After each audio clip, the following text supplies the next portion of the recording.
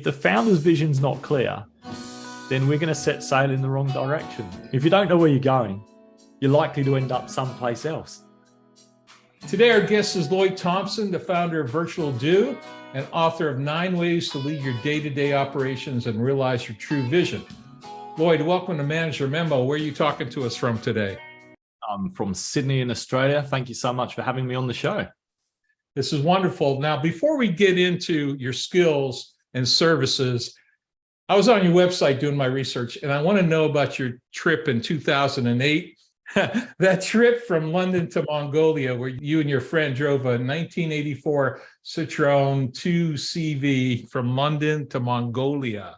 Yeah, wow. So that was off the back of I don't know what you call it in the US, but we call it a bucks party or a stag do. You know, it's before someone's getting married, they do something outrageous. And a friend of mine suggested to me over a few drinks, he said, "Hey, I've heard about this thing. It's a challenge, and you try and drive a car that has an engine less than 1 liter from London to Mongolia. Oh, and the car's going to be older than 20 years old. In other words, it's going to have a very unlikely chance of making it." And they'd been running this challenge for a few years. It's a charity event. So I said, okay. I shook his hand on it. It was probably 2:00 in the morning. And the next day he went, we shook on that event. We are going to do it, aren't we? So that's what we did. We got a 1984 Citroen 2CV. So it's got a 600cc engine. So that's less than many motorbikes. And we started at London. I got to say, I have an IT tech background, but mechanics wise, that's not really my forte. And we chose this car because it's one of the most mechanically simple cars you can get. In fact, it's the longest running production vehicle there was. I think they started making it from 1940 something and stopped in 1980 something.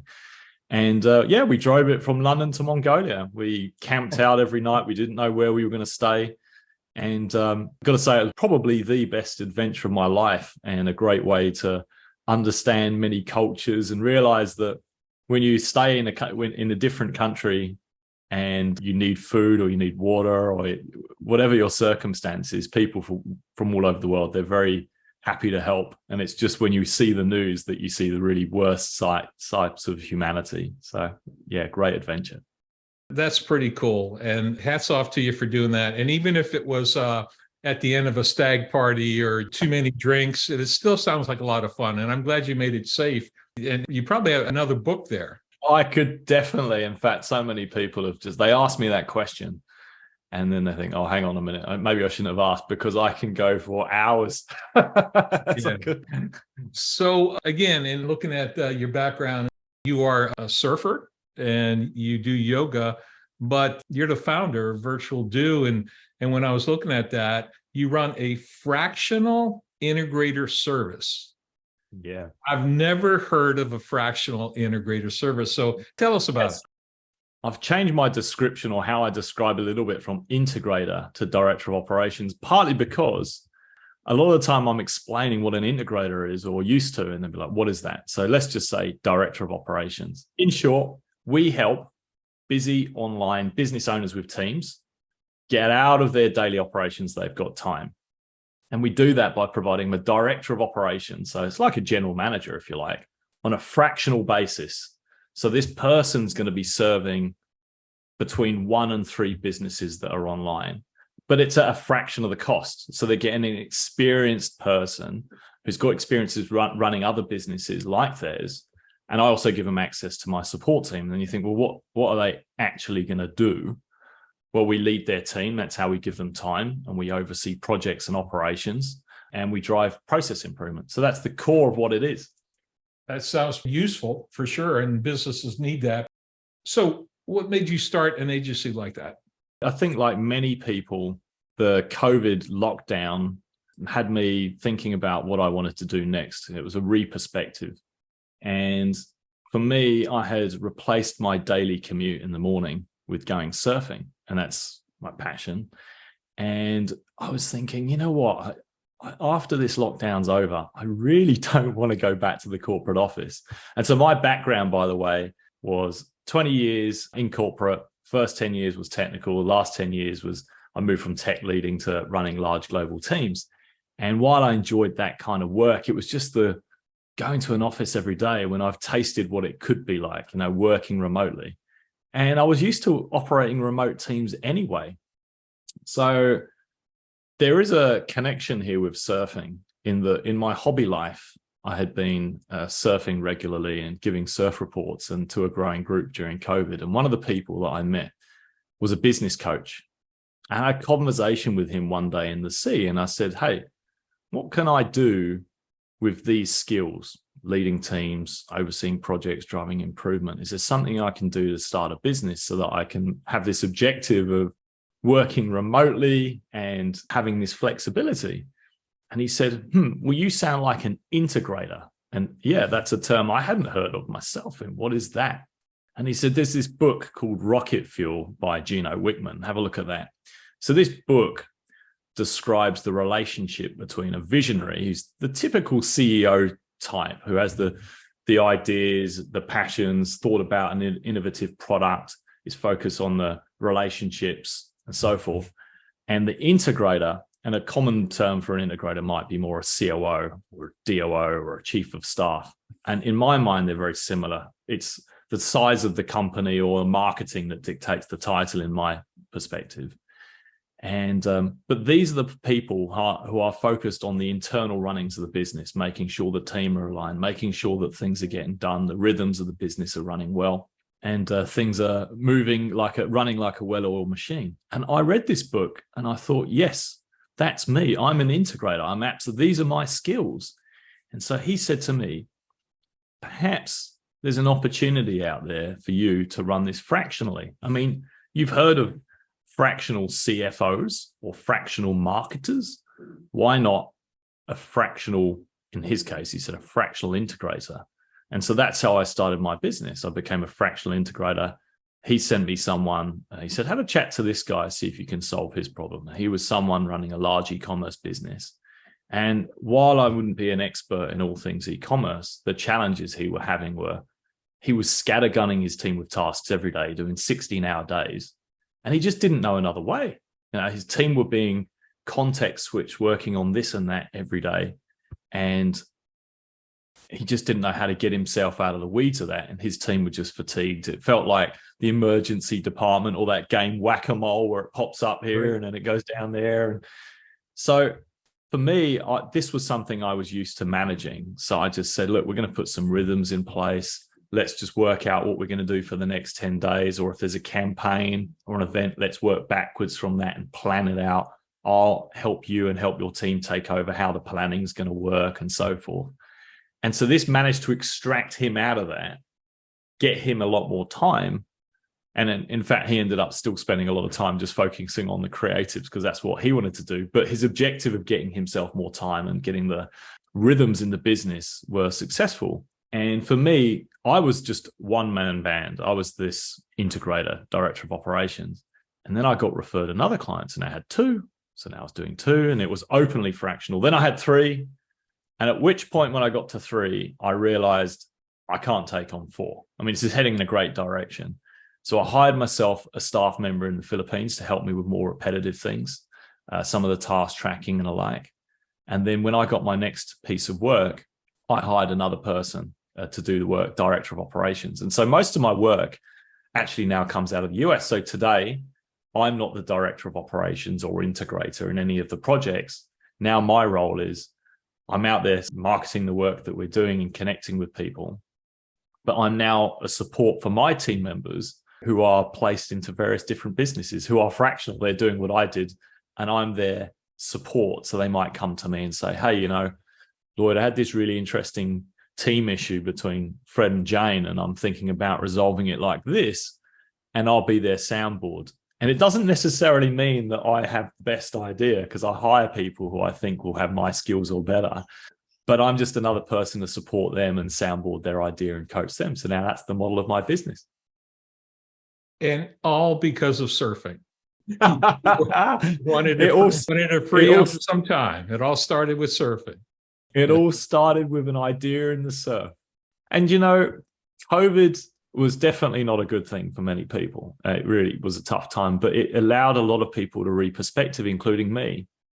And I'd been working with remote teams for a very long time. So when this happened, it just made not just me realize that, well, there's an opportunity here, but I think it opened up the doors for many other businesses to think this is actually a way to work. They weren't familiar with it, but now they realized they had to do it. So there was plenty of opportunities out there. And we're doing it. We're doing it right now with the remote podcast. It's always amazing to me when I consider that, you're on the other side of the globe. I'm in Connecticut in the US and you're in Sydney, Australia, and yet we're able to learn from each other. And one of the things I want to learn about is the problems that you had. What's the biggest challenge? Technology-wise, it hasn't been too much of an issue. I will say this, as much as you can have a business run successfully remotely, it's still never going to be as good as being able to sit next to someone. For me to just say to you, oh no, it's going to be just as good. If you can sit next to someone or spend time with a client or a team member and just have that bit of time with them, it's going to be great to be able to build that connection and rapport. So that said, does that mean that I need to have an office to run my business? No, I've got this far already. And so I'm talking to you from Australia. I have a team dotted around the US and I have a couple of folks in the Philippines. I haven't met all of my clients and I haven't met all my team, but I do enjoy travel and I do want to make sure that I tick them all off and visit all of those folks in person. In terms of challenges for my business, I think from talking to a lot of entrepreneurs, my challenges haven't been so much on the technical side. I think just being an entrepreneur generally means that you're someone who's persistent and you're going to constantly be faced with different challenges. And a bit like surfing, you start off and the waves seem big when you're learning. And that seems shocking at the time. And just as you get used to that, you get, well, I'm going to go surf some bigger waves. And then you get some bigger challenges and so forth. And it never stops. Right. So I've definitely made some mistakes along the way, and I'll openly share one with you, which was that transition where I was moving out of being the person who was the director of operations myself or integrator to being now someone who's going to start transitioning my team in. What I realized is it's very hard to replace yourself because people get used to you and your style. It started with someone else. They would have got used to them. And so I just had to see that client work through. And I did try with one of my early clients, try to replace myself with somebody else. And what I learned from that is in my past experiences in corporate, when I hired someone, I was hiring them to join my team and align with my values and how I operate and how my team operate. But something, and it now seems so obvious, when I was putting someone into their team, I not only had to consider my values and my style, but I also had to consider theirs. And it's a bit like a dating game in an odd way. I tried to put someone who was, I would say, very consultative and analytical into a business where they were incredibly direct, very flat chat style. Whereas that same person was a perfect fit for another business later on where their style was very, we want to communicate this a lot before we move in the direction of something. So that was a big learning for me. From now on, what I tend to do when I start a piece of work, I start with an audit or an assessment where they get used to, the client gets used to working with that director of operations. And then if they want to go forward, then they've built up a relationship from there. In some regards, now you're a matchmaker. You take the talents and you match them up with the right business. That's exactly right. Yeah, it feels like that. And it really is understanding the style that they like to communicate. And it's not an easy one, actually, because for me, I look at three main things when I hire someone. It's a cross between empathy is my first lens. I want to make sure that they're, as a leader, they're there to understand and listen to people and figure out how they can negotiate the challenges so that the ideal situation is that the person wins with where they want to go when the project succeeds, both win. So there's the empathy side. Then there's what I think many people think is the main skill, which is the being organized, the project management and overseeing. that's great. But if I just hire project managers, a lot of the time project managers are very task focused. And if they've come from corporate, they might be used to having a people leader who runs the team, and they're just pulling what levers they need to get the project to succeed. So I need to consider project management. And then finally, I need to check that they've got the analytical skills. So I'm looking for those three things. And then the extra layer on top, which I'd missed the first time round, is what's the culture of the team that they're going to end up at, and how's that going to align? So that was a bit of a lesson early on. And it meant for that particular client that in the end, they said, you know what, can you help us train one of our own team? And then I thought, well, maybe this is the model. So now actually, as a fractional business, I've just openly said, this is something we can do. If you've got a team member in there, we can come in and get the trains running on time and get it running like a well-oiled machine, put the fires out and get you time. But if you've got someone in your team you think has got the skills to do this, we'll work with them and we'll help them replace us and make ourselves redundant. I like the concept where you're scaling, you're sizing your support in your company based upon the need, based upon a demand, how many businesses you get. So you told us you started small. You had one client, you had two clients, you had three clients, you're at a third of a fraction. And so you can't go much beyond that, and you'll dilute the product. So that's when you made your first hire. Today's pod is sponsored by Luke Leaders 1248, a registered 501c3 nonprofit that sponsors scholarships for high school seniors committed to careers of service to others. You can learn more about this pay-it-forward charity at the website www.lukeleaders1248.com. Donations to this charity, to scholarships for pay-it-forward seniors, can be made at Venmo at Luke-Leaders. Venmo at Luke-Leaders.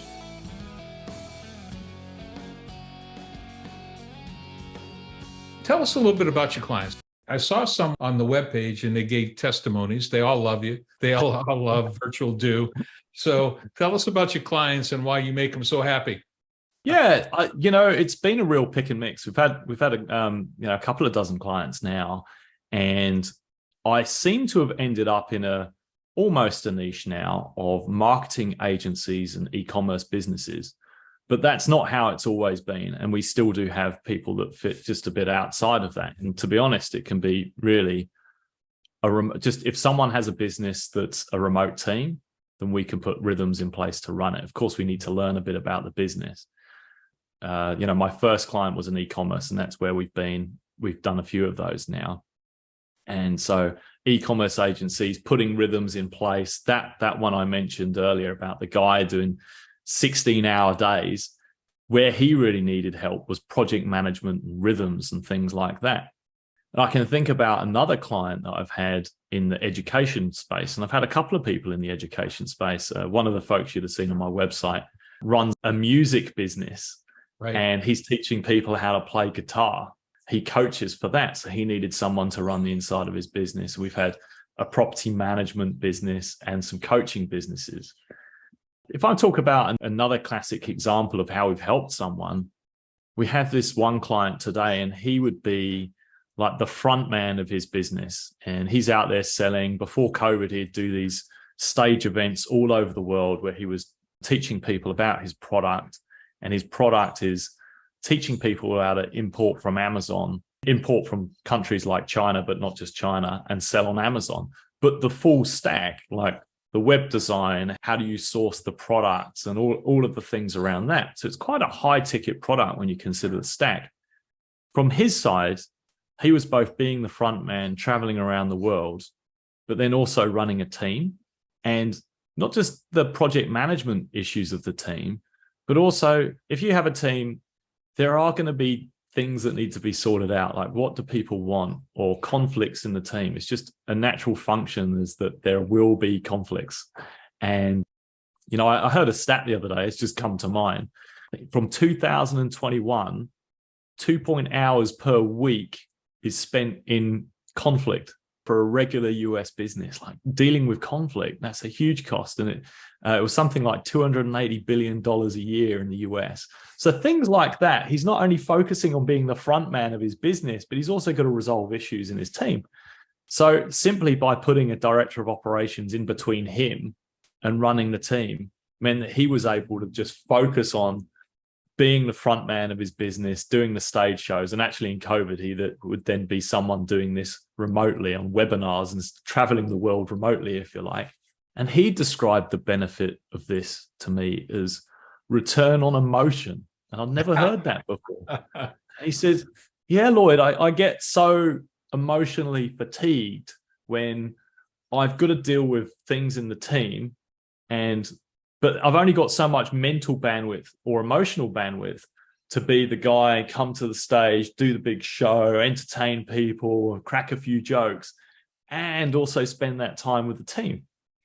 And where we help him is that, well, you could get a full-time director of operations, but when he's only got a team of, say, 10 to 20, doesn't necessarily make financial sense to get a full-timer in. So this is where we were able to help him by just bringing in someone on a fractional basis and give him that, well, as he's described it, as emotional bandwidth. There's a lot of things you just went over that I want to circle back to and see if you can tie them together for me. You mentioned rhythm now 4 times. You talked about conflicts, which I would imagine takes the CEO, the visionary, out of their rhythm. And then you talked about return on emotion. And also, I can't let it go. The surfing is very rhythm. So there you go. There's a challenge. Connect those dots there. Tell me more about rhythm and how you support the rhythm of a company. So generally, that's one of the things that we will do, actually, look at rhythms of the business. If they have certain regular, I call it meeting cadence, and if they don't have something that runs the ship in a standard way, then we'll put something in that makes sense. That doesn't mean we put meetings in for meeting's sake, but just to give you a flavor, the way it would work is we'd have a director of operations and they would catch up with the founder weekly. And these high visionary sorts, in fact, I should just make a small comment there on e-commerce agencies and, e-commerce businesses and marketing agencies have one thing in common. And I think it's the type of person who runs them more than that. And I tend to find they're very high visionary. They are the type that like to focus on the product, but working on the inner rhythms of the business, putting in things that are repetitive. A lot of the time that just destroys their soul. They're not interested in that. They might have the skills to do that, but they're the kind of people that are probably a bit more adrenaline motivated. They just want to go out after the big sale. So they're also the kind of character that has a bazillion ideas, but then they can't focus on actually prioritizing 1, 2, 3 and getting them done. So rhythms that we put in place would run a weekly meeting with the founder, just the director of operations and the founder. And that would be a prioritization meeting. So we can say, hey, look, there's all of these things. I think you should focus on 1, 2, 3, because that's going to move the needle the most. And then that founder might go, well, hang on, this other thing, number 6, I'd quite like that at number 1. So they can talk about that. It's a checkpoint. It's a place for them to discuss and prioritize. Like your interest in Latin dancing. If you're not in rhythm with your partner, it's gonna be stumbling all over the place. I love it. Yeah, you're going to get out of sync. I mean, you're going to have one person saying one thing and one person saying another. So they've got to be absolutely on the same page. I love that analogy. I'm going to use that. Yeah, and well, that's one of your strengths. So you know that's probably why you're good at and that's probably maybe even subconsciously why you use that term rhythm. I think it is. Yeah. Yeah. So during COVID, we got in the habit over a year, and worldwide, maybe even longer than that. I teach at a college, and we were teaching remotely. It was a way to work around the separation, but it caused a lot of isolation and loneliness and problems.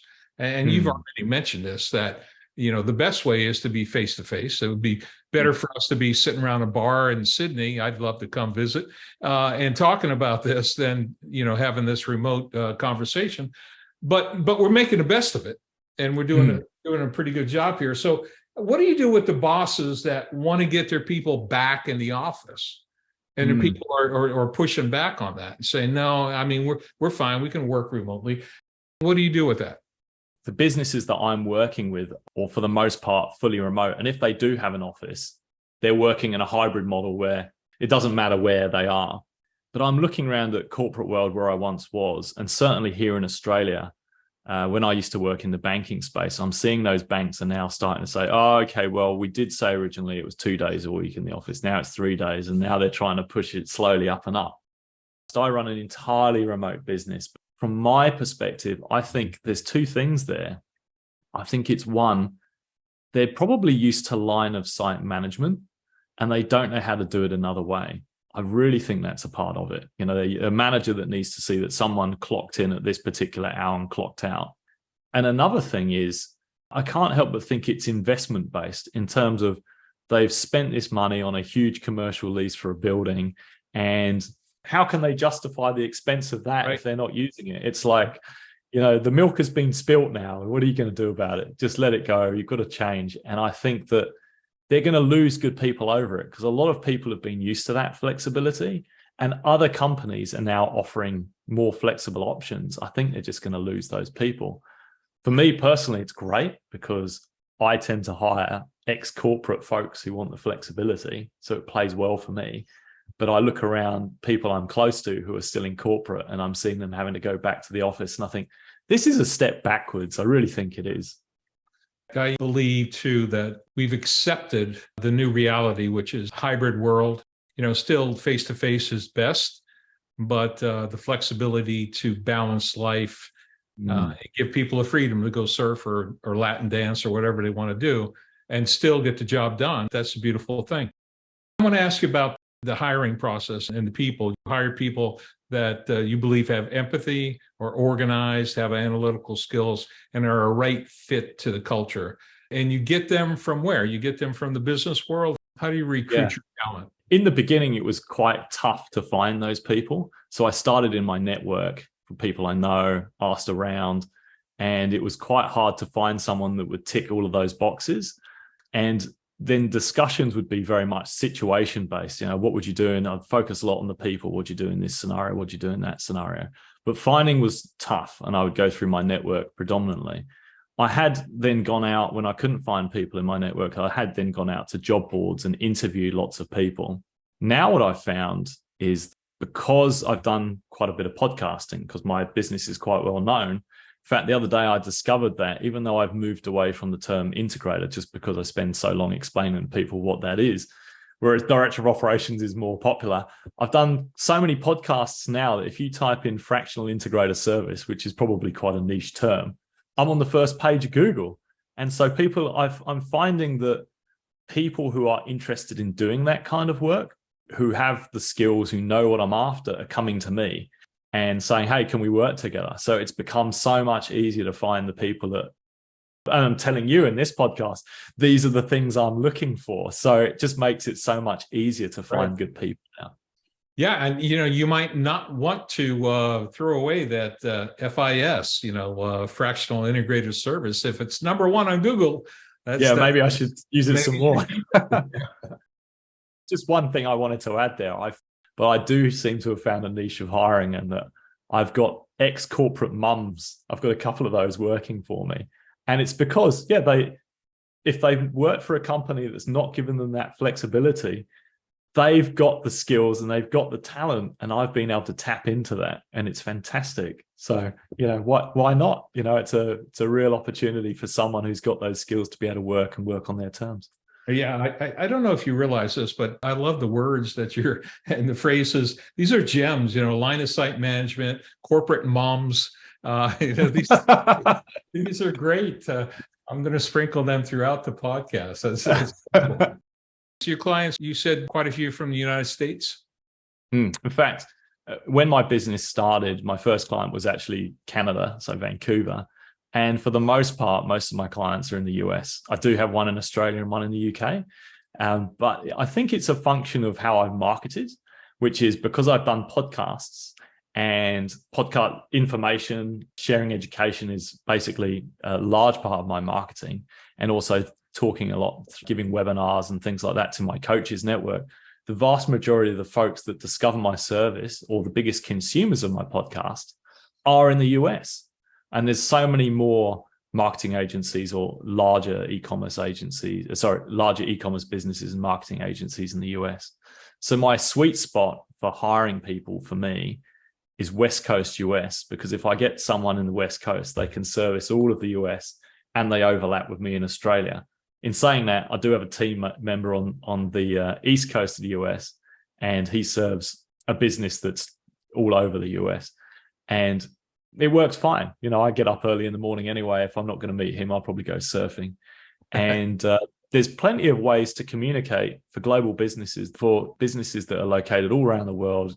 Given the fact we're remote, it's so much easier to communicate now with the power of the internet. Even if we can't synchronize on our time zone, there are ways we can easily work together, like sending a video message and say, hey, here's my updates. And you understand the tone of my voice and my expression and how I'm communicating. Whereas if I just sent you an email, you might misinterpret it. So we're into a nice rhythm. Yeah, that's cool. And I was going to ask about that. You have your own rhythm of life. Do you work 24/7, 365, or do you just integrate rest and fun into everything you do, or what? The driver for me setting up this business was really flexibility in terms of location and also my time. And now I'm not the main person who's in the, actually on the coalface of being the director of operations. My schedule's reasonably flexible in that I just give someone my Calendly scheduler, and I tend to block out my morning. Allow my mornings from say 7:30 a.m. till midday, which covers the good part of the East Coast US can want to take the early morning slot. And then I have a big gap in the middle of the day from like 12 till 4 where I do the important things like go surfing. And then I open up some time in the evening, which allows me to connect if there is something like the UK. But for the most part, my meeting time is done in the first 4 hours of the day from about 7:30 a.m. And then everything else I can just send people Loom messages, which is a video messages for those unfamiliar with Loom, or Slack, just send them a chat or things like that. So for me, I've ticked the boxes now as the goals of my business in terms of wanting that flexibility. And if tomorrow I wanted to go surfing and not have meetings, I'll just block out my calendar. Of course, running my business, a lot of my activities are things like appearing on a discussion having with you or checking in on a client. And I can just message them and say, hey, when works with you? Or do you want to use my scheduler? And most of the time they just book in with my scheduler. So it's become pretty flexible. And I have to thank remote work for that. You said your background was in IT and finance. If you could share what you would, that's not proprietary, how have you set up your business? What you mentioned earlier when you were saying, it'd be great if you and I were able to just sit by and have a chat and do this. Well, sometimes I do take my laptop. They call it an RSL, Raw Servicemen's League here in Australia, but it's like a bar where they'll serve food and so forth. And a lot of people, digital nomads, if you like, will just go and work there, and you can order coffees and food all day and work. So I don't have to work from home like I'm doing now. I can also go and work there. My setup's pretty simple. I do have a nice microphone here because if people are going to hear me talk, I don't want it to come through grainy. I could use my camera in my laptop if my laptop was newer, but I do have an external camera. But in terms of the hardware, it's just a laptop with a better microphone and camera. In terms of tools, I really like to keep it as simple as possible. So my core tools are, I'm using Loom for sending those video messages. I use Slack to communicate with my team, and most teams that I'm working with online, they're using Slack. And then for storing my documents, I just use Google Workspace. And I use that because it's simple, and I can back up a whole drive and put it onto an external disk and do that periodically. One more thing, I use Asana, which is a task tracking tool. But in terms of the teams we work with, I'm generally quite happy, or my team are quite happy to use what they've got. It just matters if it works. And generally our principle would be to keep it simple. For the most part, what matters is that you and I can have a simple conversation and we're able to communicate offline, and we're able to store model of whatever we're talking about somewhere. And for me, that's Google Workspace. Yeah. Keep it simple.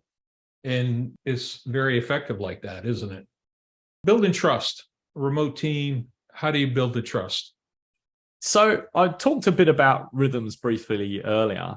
I think a lot of businesses, if they do already have rhythms, they might be running the team meetings where they're looking at the reds and greens of the business, and they might be adding retrospectives or feedback loops in to make sure that they're constantly improving. And if they don't, we put that in. But another thing is to have a good old-fashioned one-on-one, just to keep up with people. Now, a lot of people, when they think about a one-on-one, they think about that very structured one-on-one. And don't get me wrong, it's important that you understand what people's goals and objectives are and they're getting the support they need, all of those things. But I think it's just as important to have an unstructured one-on-one, like a virtual coffee, something like that. And I got this feedback for me in my career. I've always been a very systems kind of person. And he said, Lloyd, this was my manager to me, Lloyd, I feel like you do all your one-on-ones and everything, and you tick all the boxes and your processes, but how about just doing something a bit unstructured? Because you might discover the 10 things you were looking for, but that 11th thing you weren't looking for. How are you going to find out about that? And that was a ray of light for me. I hadn't expected that. So now I think that's a really important thing to do, to have an unstructured conversation.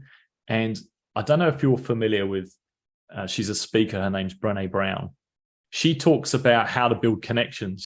And she said, the art of building connection, and I'll see if I can get this right, it's about increasing self-reciprocating disclosure. There's a tongue twister for you.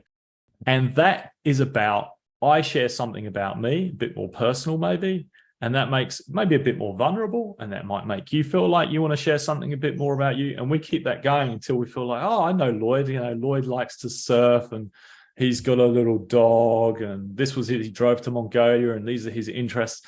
And so it's building that rapport by sharing something a little bit more outside of the classic box of work with each other, that coffee catch up. And then through that, that's where some real things come out, like, oh, actually, I've got this thing that's really important to me coming up and I want to find a way to do that in the future. Or, you know, I like what I'm doing now, but, in the future, I would really like to do this, or these are my interests. And now when you know those things, that's when you can align the success of the projects with the success for that person so that both win, or really look for those opportunities. So that's how I build trust, really build that connection with them, make time to build that connection.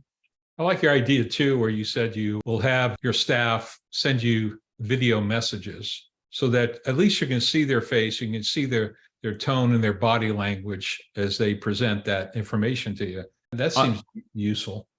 Well, I've seen this the other way too, where I've come in as someone to resolve a conflict. And some of the conflicts have happened because someone said something on the chat channel and the other person read it and fired back at them with something, and then it escalated.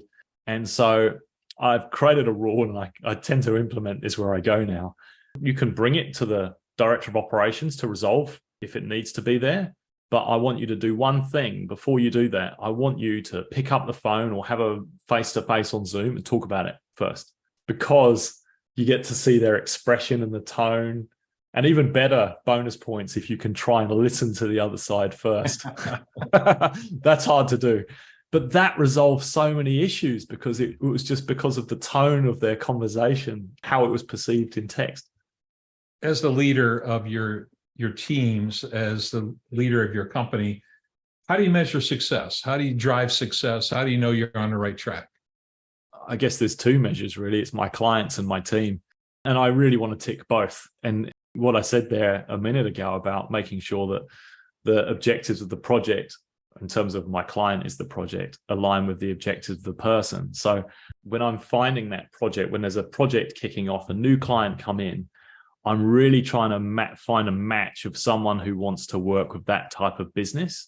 When I've had the introductory conversations with that client and I ask them about their team, I'm getting a vibe of who they are and what their interests are. Are they quite direct or are they more consultative? What's the culture like in their team? Then I'll try and do that matchmaking and bring someone in. In terms of the client, yeah, it's really checking with them often and checking with my team often to see, are they getting what they want? And it starts with just in the beginning, listening to their, like, what are their pain points? what's stopping them getting to where they want to go. And while we might have a list of things that we can do, understanding what their priorities are and setting the ship for sail to get those things done as soon as we can. Your book, 9 Ways to Leave Your Day-to-Day Operations and Realize Your True Visions. Tell us about your book. And you have 9 ways. Give us at least 3. The top 3 ways to leave your day-to-day operation. I don't think we're doing the video version of this, but Lloyd's holding up his book. Here it is. There it is. Okay. It's very purple, like the theme on my website if someone visits there. So the book is a 90-minute book. So those, you can find those on Amazon. You can find this book on Amazon. And they're really a short book you could read in 90 minutes.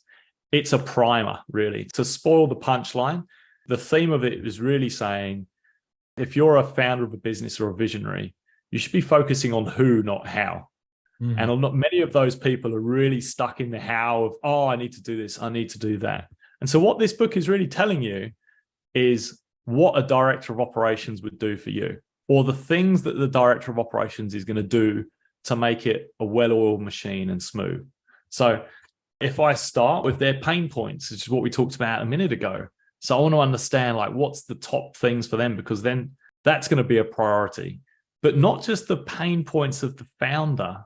If we go to the team members and talk to them and understand what their pain points are, it's a really interesting process, because normally you find if you talk to all the team members and ask them what their pain points are, what's working well too, you discover the things that are working well that they don't want to touch. They don't want the new person to mess with. But you'll normally find a common pain point that all of the team have mentioned at least one. And if by making the case to the founder or the business owner that we want to put this one on the priority list to get done, you're getting buy-in from the team early on, and you're getting traction early on. You're getting the correct priority and getting buy-in from the team. So the first thing is pain points. Another thing is vision. So if the founder's vision's not clear, then we're going to set sail in the wrong direction. If you don't know where you're going, you're likely to end up someplace else. So we're really trying to understand, where do they want to be? Where do they want to be in 3 years? And some people don't even have a clear picture of that of themselves. Like, what's it look like? If the founder's vision's not clear, then we're going to set sail in the wrong direction. If you don't know where you're going, you're likely to, if the founder's vision's not clear, then we're going to set sail in the wrong direction. If you don't know where you're going, you're likely to end up someplace else. So we're really trying to understand, where do they want to be? Where do they want to be in 3 years? And some people don't even have a clear picture of that of themselves. Like, what's it look like to them? And once you know where they're going to be, they want to be in 3 years, you can work back for 1 year. And then say from 1 year, you can work back to quarterly goals and work that out with the team. End up someplace else. So we're really trying to understand, where do they want to be? Where do they want to be in 3 years? And some people don't even have a clear picture of that of themselves. Like, what's it look like to them? And once you know where they're going to be, they want to be in 3 years, you can work back for 1 year. And then say from 1 year, you can work back to quarterly goals and work that out with the team to them. And once you know where they're going to be, they want to be in 3 years, you can work back for 1 year. And then say from 1 year, you can work back to quarterly goals and work that out with the team. So there's 2 right there. And then the third thing I would say is methodologies. So when I was talking about that e-commerce business earlier, about putting in rhythms, I talked about planning out for, say, 10 days at a time. That was a concept that I take from sprints, which is an agile methodology. Basically, it's a rhythm that you put in place of how to run the team so that stuff happens smoothly, with feedback loops and plenty of communication. So in that book, it's just giving you a flavor of a couple of different methodologies that are out there, why you might use one or the other. And it's not to be entirely definitive about all of the different ways to do things. It's just to let you know where your blind spots are likely to be, and to let you know this is the kind of thing that someone could do for you. And again, who, not how. You bring in that person and they take care of it. Who, not how. I love it. I love it. Next steps for you, next steps for your company, for Virtual Do. Where do you see yourself in 5 years? Great question. To me, my goal with this business is, as I said from the beginning, is very much flexibility. So 5 years, I still want to be running this. My KPIs will be as they still are today, one surf a day. I want to be able to make sure I've got that surf in. Like, I do not want to give up that position. If I'm giving up that, it means that the message that I've been sharing everyone to all of my clients about, I'm going to get your time back, I'm not doing it to myself. To be honest, it's not a financial goal that I've got.